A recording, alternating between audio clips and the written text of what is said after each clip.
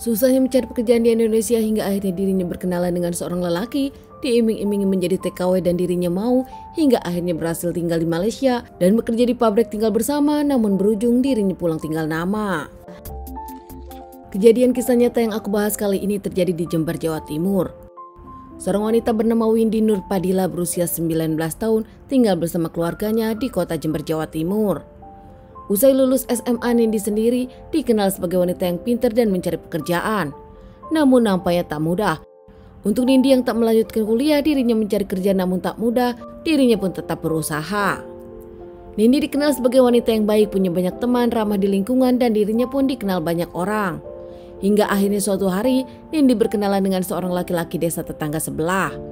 Keduanya pun sering berkomunikasi, apalagi ternyata Nindi dijanjikan pekerjaan. Nindi berkenalan dengan Muhammad Amrozi, ditawari pekerjaan di Malaysia, pekerjaannya sebagai pengurus pabrik dengan gaji 6 juta per bulan. Ternyata Amrozi sendiri beberapa kali ke Malaysia dan dirinya bolak-balik Jember Malaysia. Kali itu dirinya tengah pulang ke Jember namun akan kembali pulang ke Malaysia. Windy yang harus merantau ke Malaysia membuat Windy bingung. Akhirnya Windy yang tergiur meminta izin kepada keluarganya. Bicara baik kepada orang tuanya, Windy pun menginginkan pergi ke Malaysia. Di awal keluarganya melarang mengingat Windy masih kecil bahkan tak punya pengalaman apapun. Meskipun menginginkan Windy bekerja, namun keluarga berat untuk melepaskan Windy pergi. Namun terlihat Windy bertekad kuat, apalagi Windy pun dirayu oleh Amrozi. Akhirnya kedua orang tua pun mengizinkan Windy untuk pergi ke Malaysia. Namun tanpa keluarga tahu, Windy pun tak bilang kepada keluarga kalau dirinya pergi bersama Amrozi. Nindi hanya mengungkapkan kepada keluarganya semua diurus oleh yayasan dan Nindi tinggal pergi. Semua berhasil, akhirnya Amrozi dengan Nindi pun ke Malaysia. Di sana ternyata mereka tinggal di satu apartemen. Keduanya tinggal bersama. Di awal semuanya baik-baik saja, mereka pun bekerja. Bahkan keduanya pergi kerja pagi dan malam pulang. Keduanya hanya bertemu malam, mengobrol malam seperti biasa, dan mereka pun nampak seperti orang berpacaran. Di apartemen Nindi pun memasak, merawat apartemen. Nindi juga merawat Amrozi, bahkan melayani Amrozi. Gaji Windy pun sesuai dengan yang diharapkan dan Nindi selalu transfer ke kampungnya. Lama tinggal dengan Amrozi tak seperti di awal, Nindi pun makin tahu kalau Amrozi punya temperamen yang keras.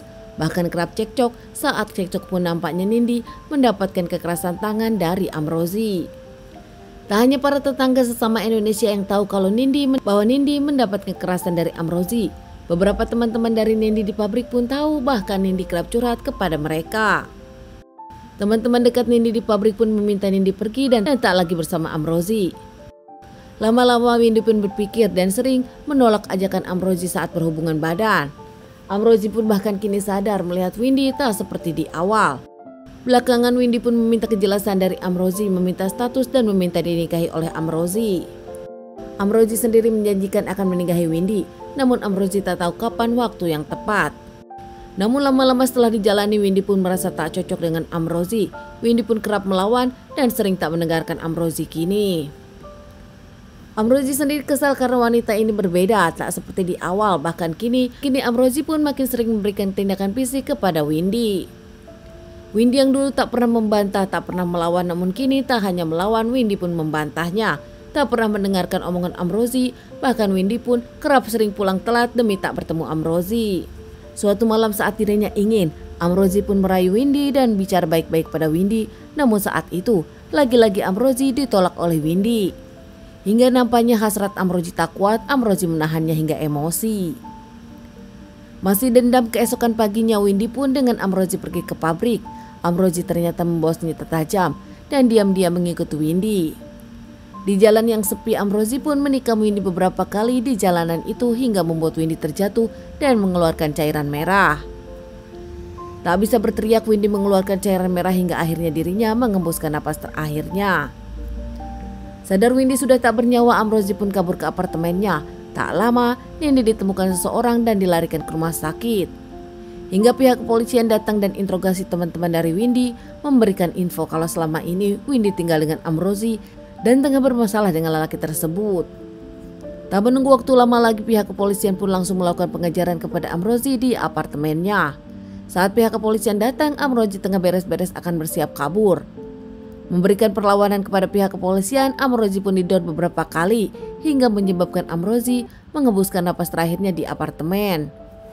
Amrozi tidak bisa mempertanggungjawabkan perbuatannya kepada Nindi, namun dirinya pun tetap mengembuskan napas terakhir di tangan pihak kepolisian. Berbeda dengan Amrozi, Nindi diusahakan oleh teman-temannya dikembalikan ke Jember dengan patungan para TKI yang ada di Malaysia.